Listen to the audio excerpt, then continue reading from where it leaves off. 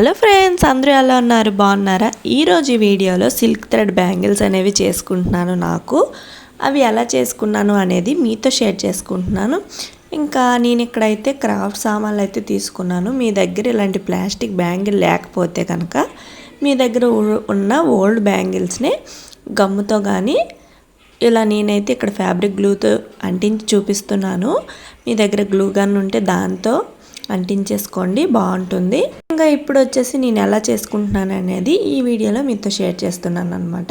ఇంకా నేను ఇక్కడ యూజ్ చేసిన థ్రెడ్స్ వచ్చేసి బ్లూ కలర్ అలాగే లైట్ పింక్ కలర్ అనేది యూజ్ చేస్తున్నాను. ఫస్ట్ అయితే ఇలా థ్రెడ్ తీసేసుకొని దీన్ని ఇలా స్లేట్ తీసేసుకున్నాను. ఇక నేను స్లేట్ తీసుకున్నాను. ఈ స్లేట్కి ఈ దారం అనేది సిల్క్ థ్రెడ్ అనేది ఇలా 40 రౌండ్స్ అనేది చుట్టుకుంటున్నాను.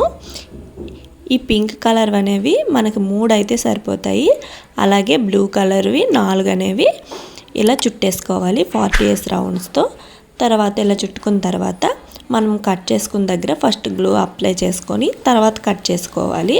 అప్పుడు మనకి దారాలు అనేవి అటు ఇటు పోకుండా ఉంటాయి. సో ముందైతే గ్లూ అప్లై చేసేసుకుంటున్నాను. తర్వాత దీన్ని అయితే కట్ చేసేసుకుంటున్నాను.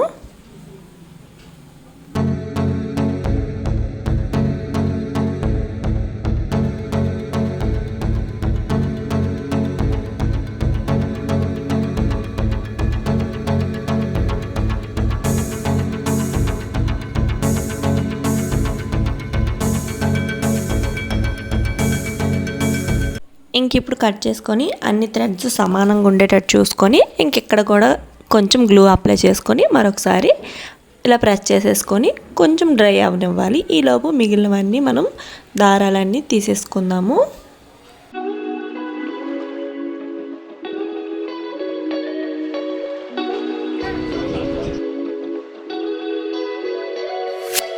ఇంకెక్కడ వచ్చేసి బ్యాంగిల్ తీసుకొని దాని లోపల సైడు ఇలా ఫ్యాబ్రిక్ గ్లూ అనేది అంటించేసేసి దానికి ఈ థ్రెడ్ అనేది మనం తీసుకుని 40 రౌండ్స్ థ్రెడ్ ఉంది కదా, దీన్ని మనం ఇలా అంటించేసుకోవాలి లోపల సైడు. ఇప్పుడు ఇలా అంటించుకున్న తర్వాత ఇప్పుడు వచ్చేసి ఇలా అంటించుకున్న ఈ థ్రెడ్ని ఇలా టర్న్ చేసుకొని బ్యాంగిల్ పైన కూడా గ్లూ అప్లై చేసేసుకొని మనం ఫస్ట్ ప్రిపేర్ చేసుకున్న ఈ పింక్ కలర్ థ్రెడ్ ఉంది కదా, దీన్ని వచ్చేసి నేను ఇక్కడ 3 చేసేసుకున్నాను కదా, ఇవి ఇలా అంటించుకోవాలి. అంటే వరుసట్టుగా నిలువుగా అంటించేసుకోవాలి.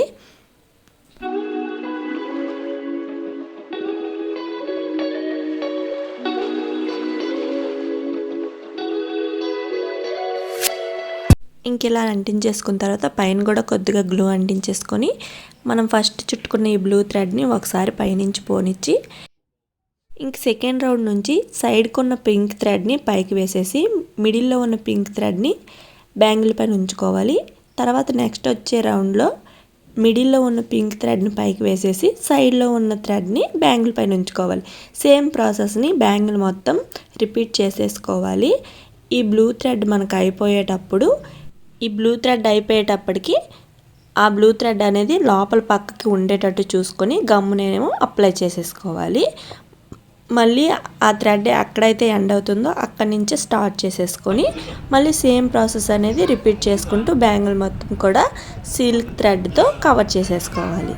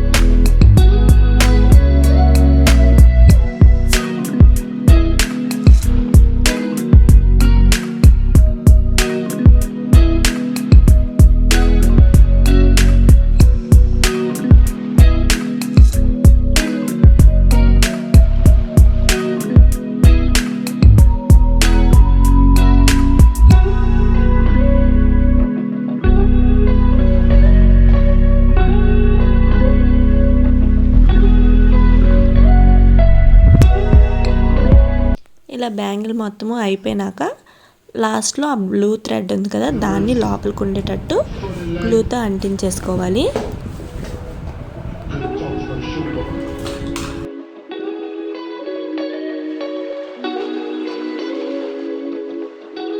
ఇప్పుడు ఈ ఎక్స్ట్రాగా ఉన్న పింక్ థ్రెడ్ని కూడా కట్ చేసేసుకొని ఈ పింక్ థ్రెడ్కి కూడా గ్లూ అప్లై చేసుకొని బ్యాంగిల్కి అంటించేసుకుంటున్నాను.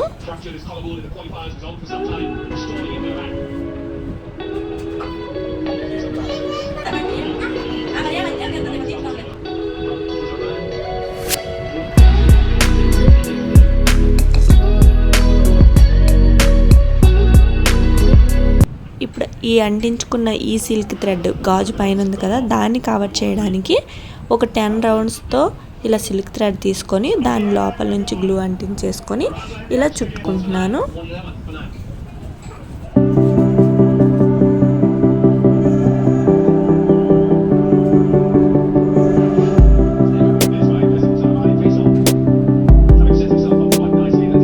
ఎక్కడైతే మనం సిల్క్ థ్రెడ్ అనేది ఎండ్ చేసామో అక్కడ నేను స్టోన్స్తో ఇలా కవర్ చేసేసుకుంటూ చిన్న డిజైన్ లాగా పెట్టేసుకుంటున్నాను స్టోన్స్తో. ఫస్ట్ అయితే ఇక్కడ రెడ్ స్టోన్ పెట్టాను, తర్వాత ఒక సర్కిల్ లాగా బాల్ చైన్ అనేది తీసుకొని అది కూడా పెట్టేసుకుంటున్నాను.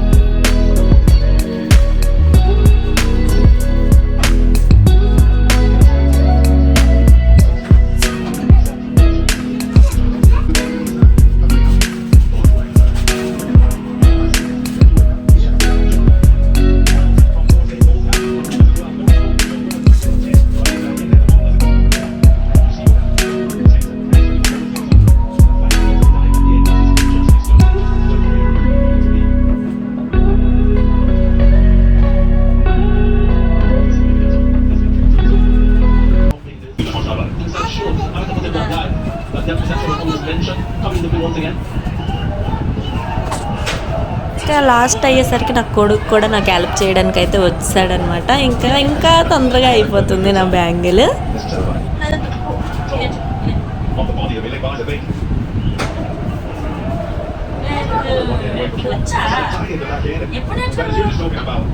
net run rate.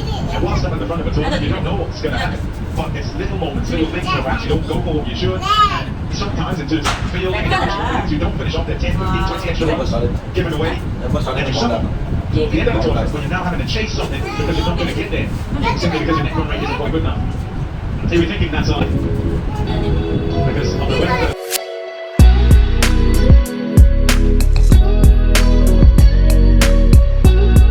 సో ఇది ఫ్రెండ్స్, నేనైతే ఇక్కడ సింగిల్ బ్యాంగిల్ అనేది చేసేసుకున్నాను అనమాట. మీకు కనుక ఈ వీడియో నచ్చినట్లయితే please like, share and subscribe.